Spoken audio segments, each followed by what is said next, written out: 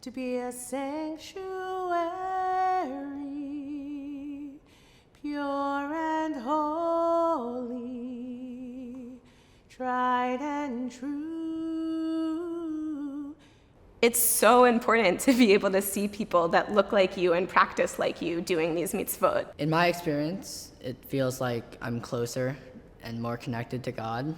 It's very spiritual for me.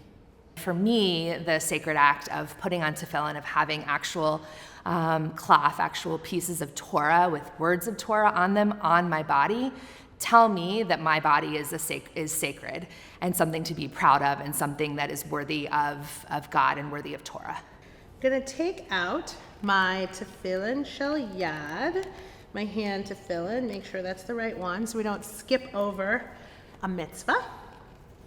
And I'm gonna unwrap it, and I'm gonna make sure that the straps don't hit the ground. We keep holy things off of the ground. Take the box off, put it right there. Then I'm gonna put it on my non-dominant hand. That's my left hand because I'm a righty. So I hold the box in front of me and put my left arm through the loop, positioning the box on my lower bicep, more or less positioned towards my heart. I also try and keep this knot as close to the box as possible. Once the box is positioned, I recite the first blessing. Baruch atah Adonai Eloheinu melech haolam asher kidshanu b'mitzvotav v'tzivanu lehaniach tefillin. After the first blessing, I do another wrap on my upper arm, just to hold it there secure, and then move to the 7 lower wraps. 2, 3. As I'm wrapping, I count to myself. 5, 6, 7. Once I'm done with my 7 wraps, I take the remainder of the strap and bring it just across my palm as a little bit of a holding point. The next thing I do is take out my shel rosh. This one has some lines on it and a shin on the side. And rest that on my head. Oh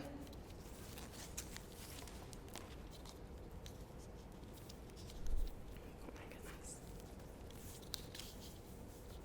And before I do any adjusting, I say the second blessing, which is Baruch atah Adonai Eloheinu melech haolam asher kidshanu b'mitzvotav v'tzivanu al mitzvat tefillin. And then I adjust it to make sure the knot is centered in the back of my neck and the box is centered around my hairline on the top of my head, and the straps are not tangled, but in fact hanging down nicely with the pretty shiny black part facing out. And while I do that, I say the phrase, Baruch Shem Kavod Malchuto Leolam Va'ed. And at that point, I'm done putting on my Tefillin Shel Rosh, and I'm going to return to the hand. I unwrap the straps that were around my palm, and that leaves me with the strap coming up across the front side of my hand, in between my thumb and my pointer finger. I bring the strap down and under, coming up around my middle finger. I'm going to wrap 3 times around the middle finger, and as I wrap each wrap, I'm going to say a line from Hosea. Ve'erastichli le'olam, ve'erastichli b'tzedek u'v'mishpat u'v'chesed u'v'rachamim, ve'erastichli ba'emunah v'yadat et Adonai. At that point, I take the strap, come behind my 4th finger, my ring finger, and then I bring the strap back up to meet the original strap between my thumb and my pointer. I have a V shape, and then I want to complete the shin, so I bring the strap back under my hand and down the center, creating the middle of the shin right there. Now I have all of this remaining strap, and I'm just going to wrap it around that middle part of the shin. At this point, I just want to make sure it's tight so that it stays out of my way while I'm praying and it's not a distraction. So I tuck the extra strap under, and at that point, I am completely wrapped. I'm now going to take the tefillin off, and I'm going to remove them in the reverse order in which I placed them. So the first thing I'm going to do is I'm going to unwind the straps around my palm, and I'm going to unwind the straps around my middle finger, and then I'm going to wrap it back. Some people do very carefully, getting the whole thing back along the middle of their hand. I usually leave a bunch of it loose. I think that's okay. And that then brings me to remove the tefillin shel rosh, the head tefillin, putting it back in its case. And here's the way I do it. I take the kesher, the knot of the tefillin, and place it right at the bottom of the box of the case, and then take the two wings, the two sides of the tefillin that are formed that way, or the strap that's formed that way, which then allows me to wrap each of them on either side. I don't tuck them under, I just hold it in place. And then I put it back in my tefillin bag, which will then be at the bottom, so it'll be the last thing I take out when I do this tomorrow. I then unwrap my tefillin shel yad,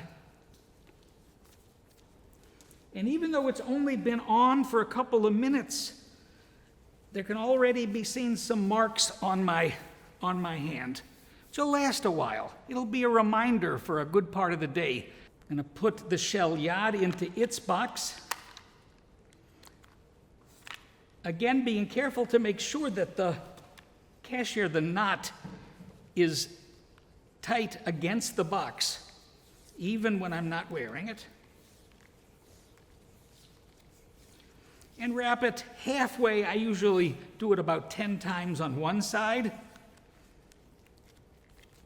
and then the rest of it on the other side. And then I put that into the bag. So it's now going to be the first thing I take out tomorrow, and close it up. And I can then roll my shirt sleeve back down, and I can take off my tallis. Two forms of dust, of the one and the many, a vapor to moisten them both into clay.